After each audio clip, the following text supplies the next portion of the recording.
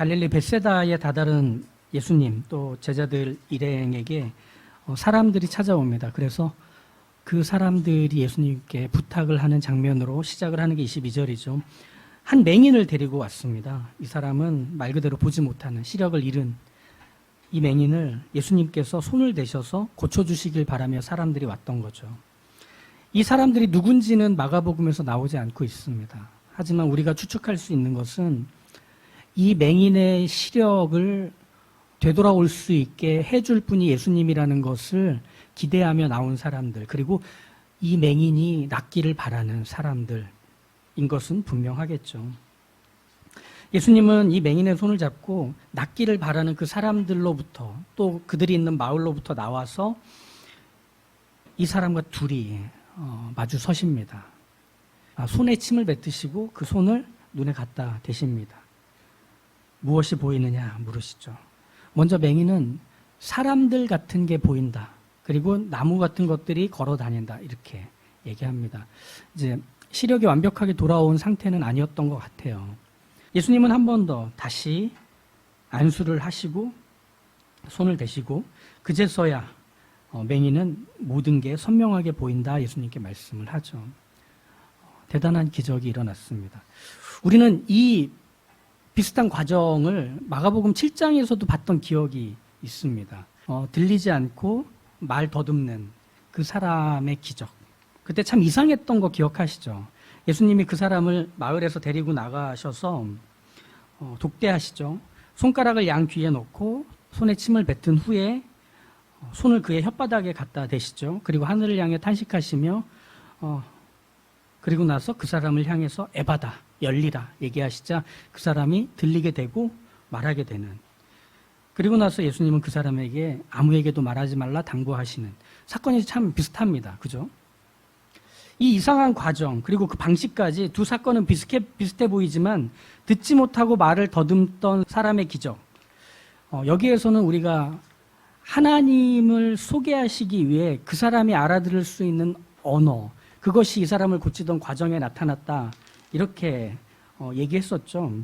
그런데 이 맹인이 눈을 뜨는 기적에서는 우린 또 다른 예수님을 주목할 수 있게 됩니다. 그럼 이 사건, 이 맹인이 눈을 뜨게 되는 이 사건에서 가장 특이한 점은 무엇일까요?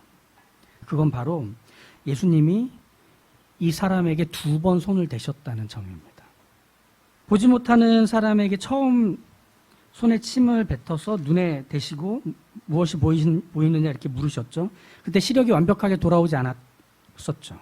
그러자 예수님은 다시 확인하신 후에 안수하시죠. 그제서야 이 맹인의 시력이 회복이 됩니다. 마가복음 1장부터 우리가 지금 8장까지 보는 동안 이 시간적 부사가 계속 마가복음에서는 사용이 됐었죠. 그래서 마가복음은 장소를 이동하는 게 상당히 빠릅니다. 그리고 시간을 앞당겨서 예수님이 하셨던 일들을 바쁘게 소개하는 게 마가복음의 기록의 특징이라고 했었죠. 즉시, 곧 이렇게 말이죠. 그런 마가복음인데 예수님이 안수를 하신 일을 2번에 있었다. 이렇게 기록하는 건 참 특별한 점이라고 봐야 합니다. 시력을 회복시키는 기적, 이건 생명을 만들어내는 것만큼이나 거의 불가능에 가까운 기적. 그래서 예수님이 2번 하신 거 아닐까? 이런 추측을 갖게 만드는 것 같기도 합니다. 시력이 회복되는 건 사실 불가능에 가까운 영역이래요. 안과 의사셨던 한 성도님과 얘기를 나눈 적이 있는데 그분이 그런 얘기 하시더라고요. 눈은 의학에서 여전히 뇌와 함께 밝혀지지 않은 게 참 많이 있는 영역이라고 얘기하시더라고요. 그래서 그 미지의 영역 안에서 이 눈, 이것은 시력을 잃었을 때 그걸 되찾는 방법을 아직도 의학계에서는 찾을 수가 없는. 그러니까 시력이 돌아왔다 그러면 뭐랄까 이렇게 망막을 이식한다거나 그런 게 아니라 시력을 잃었던 것을 밝혀내서 다시 찾아내면 되는데 잃는 것은 알 수 있지만 얻는 것은 알지 못하는 영역이라서 여전히 이것은 불가능의 미지의 영역이라고 말하는 거죠. 근데 이 사람, 이 맹인이 그 자리에서 시력이 돌아옵니다. 참 어려운 기적을 예수님이 하신 건 맞는 거예요. 마가복음에서 이 어려운 기적을 해내신 것을 소개하기 위해 이게 참 힘든 거였다라고 하려고 두 번의 안수를 기록한 것일까? 그렇게 보기에는 마가복음 10장을 보면 여리고에 가셨던 예수님이 맹인 바디메오를 만나는 장면이 있습니다. 거기서 예수님은 손을 대지도 않으세요. 가라, 내 믿음이 너를 구원하였다 이렇게 말만 하셔요. 그러자 그 자리에서 즉시 시력이 돌아오는 일이 일어납니다. 그렇게 보면 이 시력을 되돌리는 기적은 예수님께 어려운 일이어서 두 번 했다 이렇게 말하기 참 어렵습니다. 앞뒤가 안 맞는 거죠. 여기서 연습하시고 거기서 완성하셨다 뭐 이렇게 말할 수도 없는 거죠. 우리 지난 시간에 바리새인들이 하늘로서 오는 표적을 보여주면 당신이 하나님이 보낸 메시아인 줄로 여겨주겠다고 했었죠. 이미 예수님은 자신을 증명해야 하는 사람들과 상황에 놓여서 지금 계속 당신의 일을 하고 계시다는 걸 알았습니다. 그런 상황에서 사람들이 없는 곳에서 이 맹인을 고쳐주시려 하셨던 점은 또 한 번에 고치지 못할 거라는 걸 본인이 알았기 때문이 아닐까라는 의구심이 들게 만드는 내용처럼 여겨질 수도 있습니다. 하지만 이 사건은 이미 성경에 기록되어 있다는 걸 기억하셔야 돼요. 즉 예수님이 두 번에 걸쳐 맹인을 고치신 일은 감추실 이유도 감출 필요도 없는 사건이라는 얘기예요. 오히려 이 사건을 통해 복음과 구원에 대해서 우리가 알아야 되는 예수님이 누구신가에 대한, 하나님이 누구신가에 대한 중요한 소개, 바로 그것을 오늘 우리가 볼 수 있어야 하는 겁니다. 먼저 마가복음에서 예수님의 기적은 늘 단번에 성취된 기적들이었습니다. 떠올려 볼까요? 죽은 소녀를 향해 달리다굼이라고 하자 그 소녀가 다시 살아나는 기적이 있었죠. 마가복음 5장이었죠. 그리고 더러운 귀신아 그 사람에게서 나오라라고 예수님께서 하시자 그 귀신들이 그 사람에게서 나와서 돼지떼에게로 들어가 산비탈을 내려서 그 바다에 풍덩풍덩 빠지게 되는, 그래서 그 바다는 돼지국밥집이 되었더라 뭐 그런 그런 기적들. 또 에바다라고 하시자 들리지 않고 말을 더듬던 사람이 즉시 그 자리에서 듣고 말하게 되는, 즉 예수님의 기적은 단번에 일어났던 기적이었다는 것을 우리는 마가복음을 보면서 계속 확인했습니다. 그러다 보니 두 번이나 안수하셔서 시력을 되찾아 주시는 기적은 우리의 생각에서는 이게 힘든 거였구나라고 이해할 수밖에 없는 거예요. 하지만 결과를 보자는 거예요. 뭐냐? 이 보지 못하는 맹인 역시 그날 그 자리에서 다시 보게 됐습니다. 그렇게 따지면 단번에 일어난 기적인 건 분명한 거예요. 그 시작이 그 결과와 맞아 떨어지기 때문에. 그러니까 단번에 일어난 기적이라는 뜻은 단 한 번의 시도로 결과를 냈다는 뜻은 아니에요. 단번에 일어났다는 뜻은 우리한테는 한 번의 시도로 그 결과가 나왔다 이렇게 금방 이해할 수 있지만, 단번에 일어난 기적이라는 것은 장애를 정상으로 회복시키는 기적을 일으키신 그 예수님이 자리를 뜨지 않으시고 그 결과를 내시기까지 힘껏 애쓰셨다는 면에서 단번에 기적을 일으키셨다고 말하는 겁니다. 예수님은 그 사람이 나을 때까지 안수하신 거예요. 이게 이 사건의 핵심입니다. 예수님은 그 사람이 나을 때까지 그 사람의 눈에 손을 대신 것이에요. 두 번째 안수를 했는데도 만약에 시력이 돌아오지 않았다면 예수님 어떻게 하셨을까요? 또 손을 대셨을 거예요. 하루 종일이라도 하셨을 거예요. 캡틴 아메리카 같이. 즉 단번에 일어난 이 눈을 뜨게 되는 기적은 한 번만 해서 한 번에 낫는 방식이라기보다는 기적을 일으키신 예수님이 처음부터 끝까지 의지를 갖고 맹인을 고쳐내셨다는 점에서 단번에 기적이 되는 겁니다. 이 사건의 결과는 보이지 않던 사람이 보이게 되는 것이길 가장 바라셨던 분이 맹인도 있고 그 맹인을 데려온 사람들도 있겠지만 예수님도 그러셨다는 것을 보여주는 거예요. 기적은 반드시 이 사람에게서 일어나야 하기 때문에 예수님은 단념하지 않으시고 두 번째 손을 내미셨던 거죠. 왜? 예수님이 그 사람 낫기를 원하셨기 때문에. 그래서 이 기적은 예수님의 실력 부족, 한계의 봉착, 뭐 이런 의미라기보다는 회복시키시고 고치시는 예수님의 의지의 단호함, 한결같으심을 보여주는 겁니다. 그리고 이 한결같으신 의지는 다시 또 다시를 반복할 수 있는 상대방을 향한 예수님의 변함없는 사랑의 표현이기도 한 겁니다. 나는 멈추지 않아. 나는 하고 또 할 거야. 네가 나을 때까지, 네 시력이 돌아올 때까지, 네가 회복될 때까지 말이야 라는 거예요. 병을 고침받는다거나 삶의 문제를 해결받는다거나 미래에 대한 긍정적인 전망, 또 가야 할 길, 이것들을 얻고 싶어서 신의 마음을, 그걸 해줄 수 있는 절대자의 마음을 얻으려고 정성을 기울입니다. 정한수를 떠놓고 새벽에 빌고 또 비는 것들이 말하자면 그런 거겠죠. 휘청거리면서까지 3,000배, 또 8,000배를 드리는 모습이 말하자면 그런 거겠죠. 간절한 만큼 정성도 커집니다. 그리고 이런 정도의 간절함이 있어야 하늘에 다 그 간절하게 정성을 바치는 사람의 소원을 하늘이 들어줄 거라고 확신하며 그 정성을 멈추지 않습니다. 이건 신앙에서도 마찬가지인 것 같아요. 내가 기도를 덜해서 그런가? 내가 예배를 빠져서 그런가? 내가 성경을 안 읽어서 그런가? 내가 목사님 말씀을 안 들어서 그런가? 우리는 자꾸 내가 무언가를 하지 못한 것들 때문에 지금 이 상황의 문제들 또 어려움들이 끊어지지 않고 내 삶 밖으로 밀려나가지 않는 거라고 생각합니다. 내가 부족해서일 거야. 내가 잘못해서일 거야. 내가 모자라서일 거야. 같이 말이죠. 그래서 더욱 힘써서 자신을 몰아세워서 하나님의 마음을 움직여 보려고 하는 거죠. 그런데 이 보지 못하는 맹인을 생각해 볼까요? 시력을 회복하게 될 때 여기서 이 맹인이 애쓰고 있는 게 있나요? 아무것도 없습니다. 그럼 여기서 누가 애쓰고 있죠? 예수님 뿐입니다. 2번에서 시력이 돌아오지 않았다면 예수님은 3번, 4번 멈추지 않고 하실 겁니다. 이 사람은 자기 시력이 회복되는 일에 한 일이 없어요. 처음 눈에 손을 대신 후에 선명하게 보이진 않아도 그래도 보이는 걸로 만족할 수 있었을 것 같습니다. 그래도 보이네.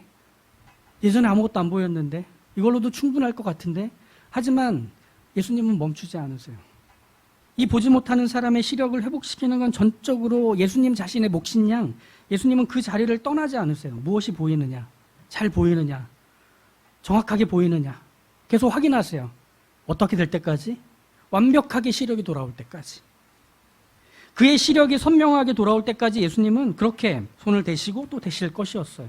그가 낫게 되고 시력이 돌아와 일상을 살아가도록 예수님은 맹인을 위해 맹인 곁에서 고치실 거예요. 왜냐하면 그 맹인을 향한 사랑이 시작이 되고 끝이 되신 의지로 나타날 거기 때문에 예수님은 그 사랑으로 그 의지를 보여주고 있는 것입니다.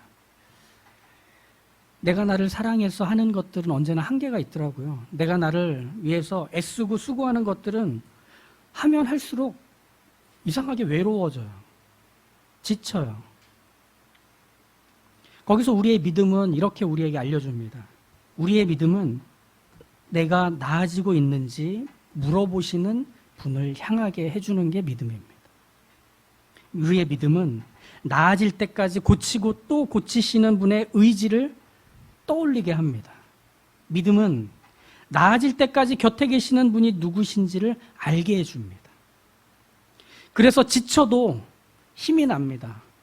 내가 부족한 거 아닐까? 내가 모자랐던 것 아닐까라며 나에게 주목하지 않고 내가 스스로 짊어지지 않아도 되는 것에 대한 이해를 갖고 그것을 맡겨드리는 것이 말하자면 믿음이 되는 겁니다. 가룟 유다 아시죠? 예수님의 제자였잖아요. 예수님과 함께 있었던 그 사람. 그에게서 가장 안타까운 점은 뭐냐면 스스로 짊어지기로 했다는 겁니다. 스스로를 죽음으로 몰아넣어야만 예수님을 팔아넘긴 자책, 그 부끄러움을 해결할 수 있다고 생각했던 거예요. 그게 자신을 자책과 부끄러움에서 건져줄 거라고 생각했던 거예요. 아니요. 가룟 유다의 삶의 회복, 용서, 그리고 다시 원래의 자리로 돌려놓는, 그것보다 더 나은 사람이 되게 만드는 것은 가룟 유다 자신이 아니었어요.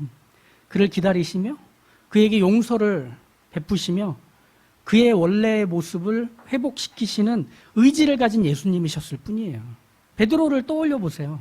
베드로는 닭 울기 전에 3번 예수님을 모른다 부인하죠. 다른 예수님의 제자들은 예수님이 붙잡히시자 도망가 버렸어요.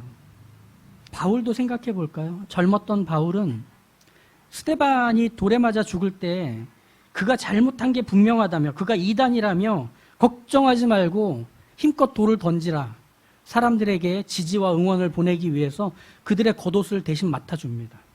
그리고 대제사장에게 명령서를 받아서 예수 믿는 유대인들을 잡으러 전 유대 땅을 돌아다니려고 했습니다.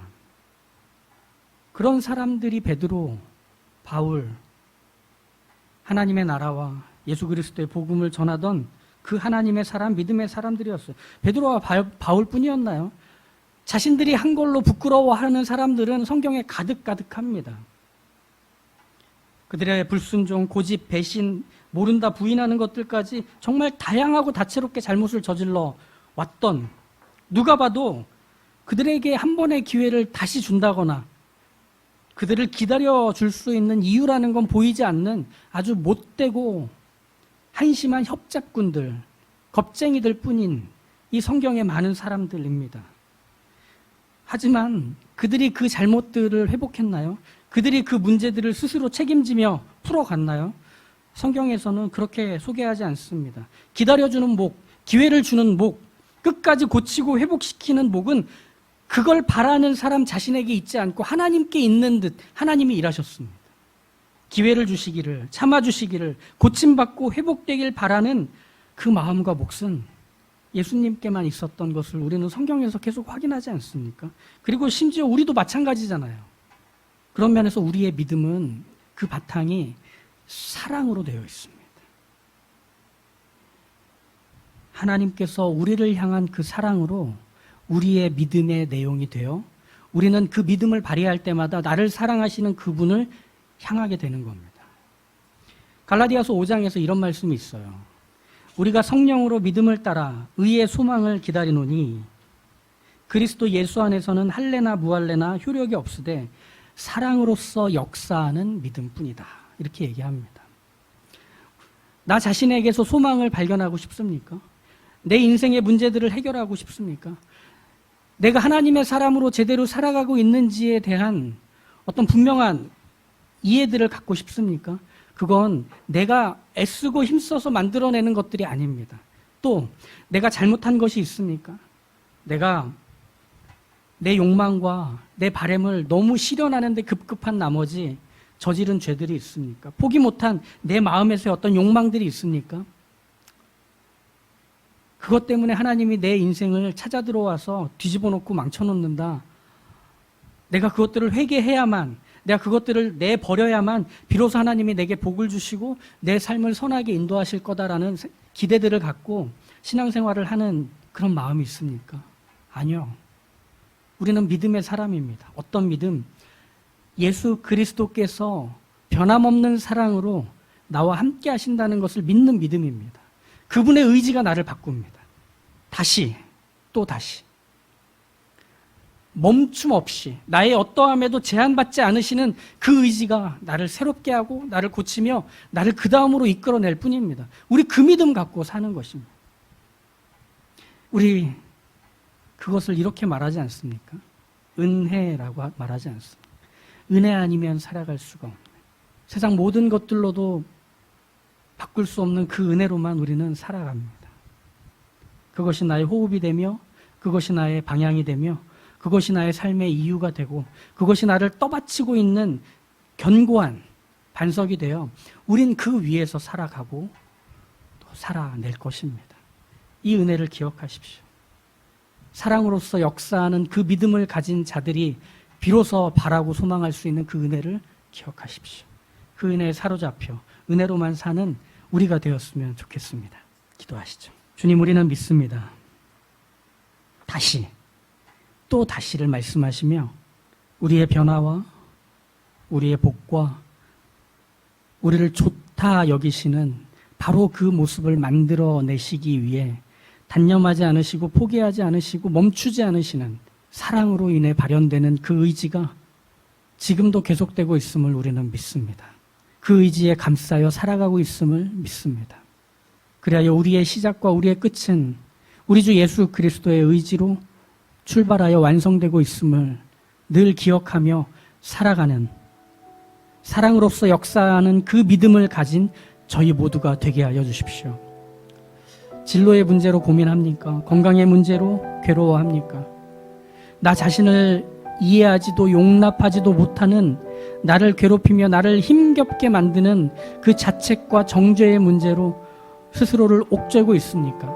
그 모든 것들을 가장 선하며 가장 아름답고 가장 온전하게 우리의 삶 안에서 이루시며 그것으로 인해 하나님의 하나님 되시는 것을 만들어내시는, 그리하여 하나님의 나라와 하나님의 뜻이 성취되게 하시는 우리 주 예수 그리스도가 여전히 쉬지 않고 우리의 삶에서 일하시며 우리를 위하신다는 사실을 믿고 기억하는 하나님의 사람들의 삶 다 될 수 있도록 주님, 사랑으로서 역사하시는 그 믿음 갖고 사는 저희 모두가 되게 하여 주시옵소서.